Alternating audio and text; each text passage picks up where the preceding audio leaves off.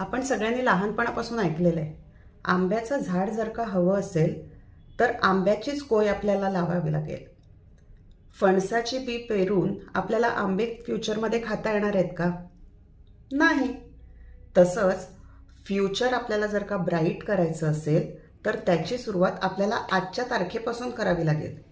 पण आजचा दिवस आपण कसा घालवलेला असतो? टेन्शनमध्ये, स्ट्रेसमध्ये, एकमेकांशी भांडण्यामध्ये, एकमेकांचा राग रुसवा करण्यामध्ये. आजचा दिवस असा घालवल्यानंतर तुम्ही पुढे खूप चांगले दिवस येतील असा कसा काय विचार करू शकता? बरं, काही काही लोकांचं असं म्हणणं सुद्धा असेल की सक्सेस मिळाला की आपण खूप खुश असतो, आपण खूप हॅप्पी असतो, आपल्याला सगळं मिळाल्याचा आनंद आपल्याला होतो. तर तसं नाही आहे.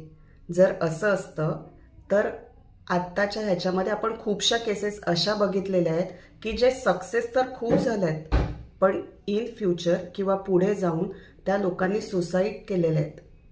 ह्याचाच अर्थ काय?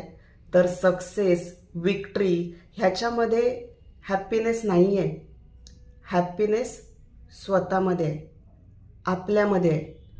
त्यामुळे स्वतःला खुश करायला शिका, स्वतः खुश राहायला शिका, स्वतः खुश राहा, दुसऱ्यांना हॅप्पीनेस सगळीकडे स्प्रेड करा.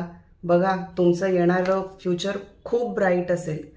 तुम्ही जे गोड फ्युचर बघताय, तुम्ही जे ब्राईट फ्युचर बघताय, त्याची सुरुवात आत्ता ह्या क्षणाला आणि आजपासून स्वतःपासून करा. All the best.